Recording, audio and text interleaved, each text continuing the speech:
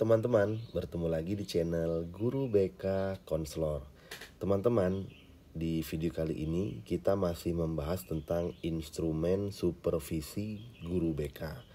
Nah, yang saya tampilkan ini instrumen supervisi guru BK yang berbeda dari instrumen sebelumnya. Kalau di sini ya ada 25 item ya, terdiri dari mulai dari persiapan, penyusunan, melaksanakan sampai dengan dukungan sistem. Kalau di video sebelumnya ya itu ada 48 item. Artinya yang kemarin itu lebih banyak ya. Makanya saya buat 2 segmen ketika kita membahasnya. Nah, ini saya contohkan dulu untuk yang supervisi instrumen ini yang berjumlah 25 item ya. Kita lihat dulu teman-teman ya. Kita lihat dulu apa aja sih bentuknya, apakah sama atau ada terdapat perbedaan. Oke teman-teman ya, kita lihat kalau dari sini ya. Kalau dari instrumen ini, oke.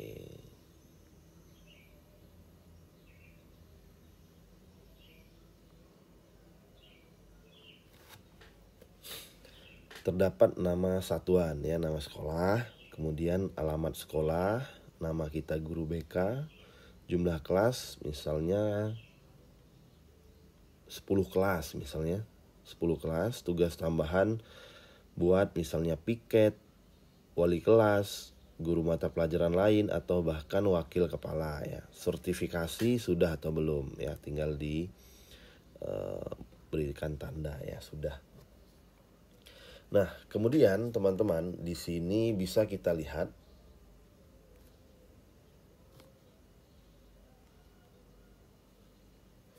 persiapan penyusunan. Aspek evaluasi apa saja? 1. Mengampu minimal 5 kelas dibuktikan dengan SK pembagian tugas. Nah, ini untuk diakui menjadi 24 jam teman-teman ya. Mengampu minimal 5 kelas ini. Karena ada teman-teman yang masih mengacu pada nomor 111 tahun 2014 ya. Yang mengacu bahwasanya berjumlah siswa, berarti masih ekuivalensi 150 sampai dengan 160 siswa itu 24 jam. Nah, di sini ya kalau dilihat dari sini mengampu minimal 5 kelas dibuktikan dengan SK tugas. Itu artinya untuk menunjukkan yang digunakan itu tahun 2018 di mana 5 rombel guru BK itu 24 jam. Misalnya ini nilainya maksimal. Kemudian memiliki daftar siswa yang menjadi ampuannya. Kemudian melakukan kegiatan asesmen kebutuhan layanan dibuktikan dengan deskripsi kebutuhan siswa. Ini kalau teman-teman menggunakan AKPD pasti keluar deskripsi kebutuhan siswa.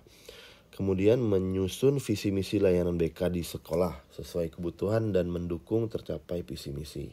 Ini jumlah skor berarti jumlah 5 ya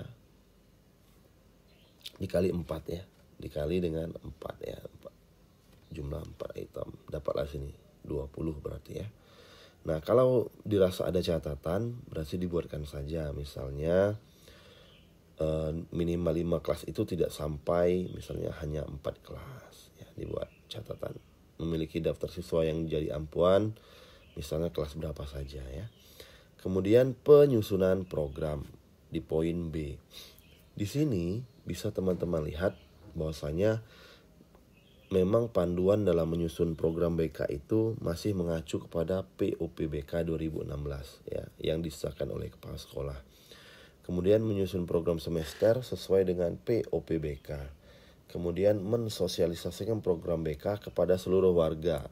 Kepada seluruh warga ini artinya mulai dari siswa, stakeholder guru, bahkan kepala sekolah ya. Ini usahakan nilainya maksimal. Nah, kemudian melaksanakan kegiatan BK. Apa saja? mencakup layanan dasar ya. Layanan dasar itu terdiri dari nomor 8 ini melaksanakan bimbingan klasikal atau bimbingan kelompok di kelas secara rutin dan terjadwal. Nah, ini seperti kalimat pengulangan yang ada di supervisi sebelumnya ya. Kalau seandainya tidak ada kelas, berarti kita mendapatkan opsi kelas besar atau lintas kelas ya. Usahakan juga nilainya maksimal. Kemudian nomor 9 ini melakukan evaluasi setelah melaksanakan layanan klasikal. Kalau yang kita laksanakan itu misal ya bimbingan klasikal, itu bisa kita minta keseluruhan siswa ya untuk kita berikan angket ya. Ada 7 butir angket atau 6 ya untuk melakukan evaluasi setelah melaksanakan layanan klasikal. Kemudian yang ke-10 menyelenggarakan layanan dasar menggunakan media. Contohnya papan bimbingan, poster, leaflet, kotak aspirasi atau kotak masalah media sosial. Nah, di sini teman-teman bisa dipilih salah satu saja ya. Misalnya teman-teman hanya mau menggunakan media sosial saja. Artinya ada Instagram khusus BK atau Instagram pribadi yang teman-teman jadikan untuk layanan berbasis media ya. Usahakan nilainya juga maksimal. Itu bisa dibuktikan dengan screenshot ya. Kemudian apa saja yang teman-teman upload ya, itu bisa dijadikan bukti. Kemudian di nomor 11 memiliki buku atau media layanan BK yang memadai, baik berupa sarana biblioedukasi atau berupa sarana sinema edukasi maupun sinema terapi. Nah, artinya teman-teman bisa memiliki berbagai macam media yang bisa digunakan ya. Usahakan nilainya juga maksimal. Kemudian masuk kepada layanan peminatan dan perencanaan individual. Melaksanakan layanan peminatan dan perencanaan individual, peminatan dan lintas minat, penempatan ekskul, merencanakan arah karir dan studi lanjut dibuktikan dengan angket. Oke. Nah, dibuktikan dengan angket ini pada poin ini melaksanakan layanan peminatan dan perencanaan individual, teman-teman. Pasti di awal semester itu kita menggunakan angket ya untuk memetakan siswa. Kalau kelas 10 atau kelas 7 yang baru masuk itu kita bisa melihat dari nilai rapot dan bisa dari nilai psikotesnya ya, atau angket sederhana yang kita berikan. Kemudian nilainya maksimal ya, kita maksimalkan.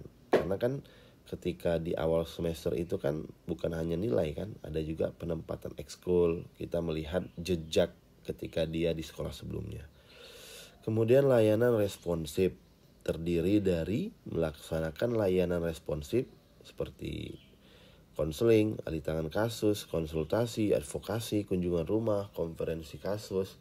Kalau ini biasanya pasti ada, alih tangan kasus harusnya ada, konsultasi. Mungkin yang sulit itu advokasi ya, yang jarang kita lakukan. Kemudian apalagi konferensi kasus, oke lah konferensi jarang juga kali ya. Nah, sering juga ini kunjungan rumah, ini termasuk sering. Usahakan nilainya maksimal.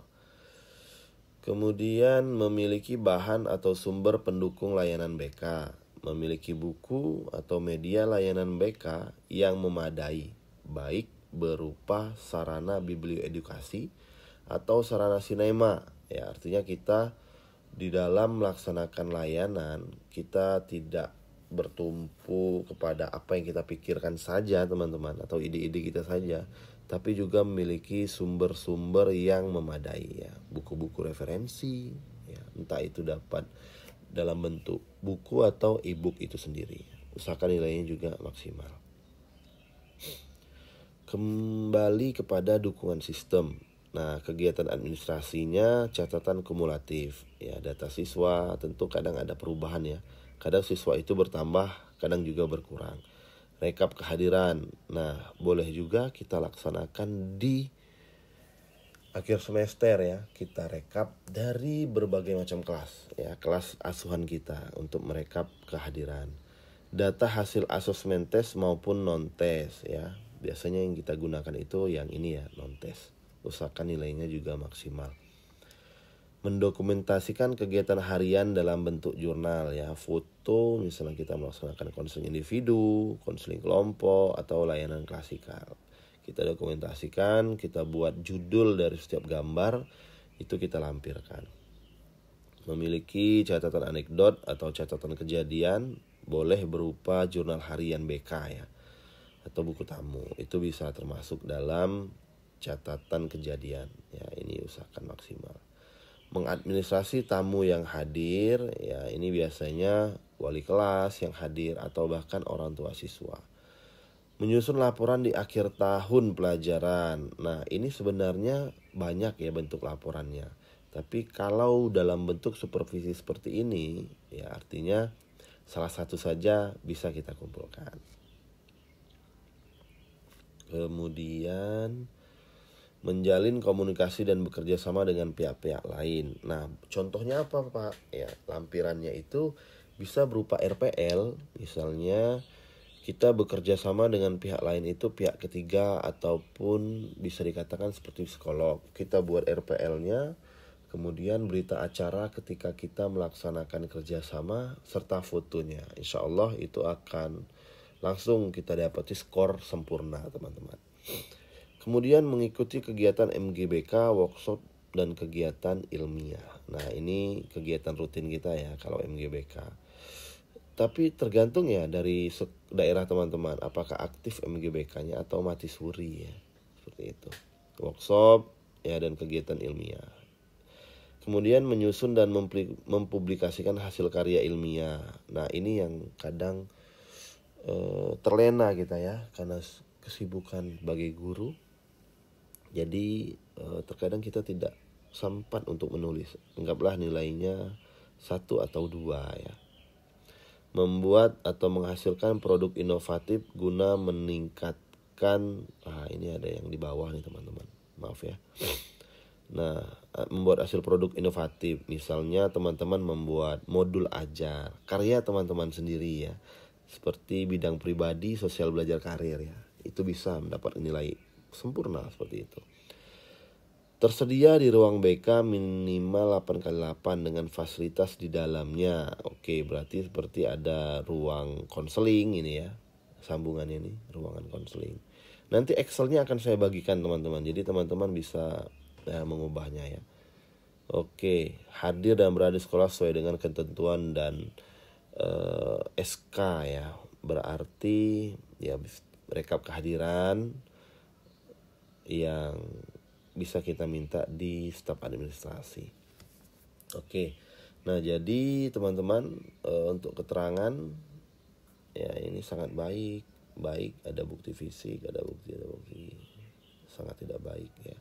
Kategori nilai di sini ada mulai dari 70 sampai dengan 100. Nilai akhir ya kali 100, ini berapa nilai dari jumlah di sini teman-teman? Kali 100 kita bagi 125, dapatlah nilai dan kita berada di kategori apa? Baik, sangat baik atau cukup ya. Baik ya. Sini. Rekomendasi pada guru BK apa? Maksimalkan misalnya. Pada kepala tolong difasilitasi biasanya. Ya. Oke, teman-teman. Nah, jadi akhir-akhir ini ya, di 3 video belakang ini saya memang membahas tentang instrumen supervisi guru BK. Karena kita sudah akan semesteran, jadi guru BK pun akan disupervisi teman-teman. Nah, agar jangan salah dan tidak bingung supervisornya atau pengawasnya, kita berikan angket atau instrumen yang sesuai dengan guru BK. Oke, biar kita tidak menyesuaikan dengan guru mata pelajaran.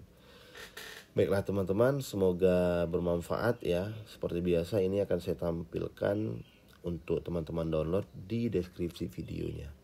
Saya akhiri, wallahul muwaffiq ila aqwamit thoriq. Wassalamualaikum warahmatullahi wabarakatuh. Salam guru BK Konselor.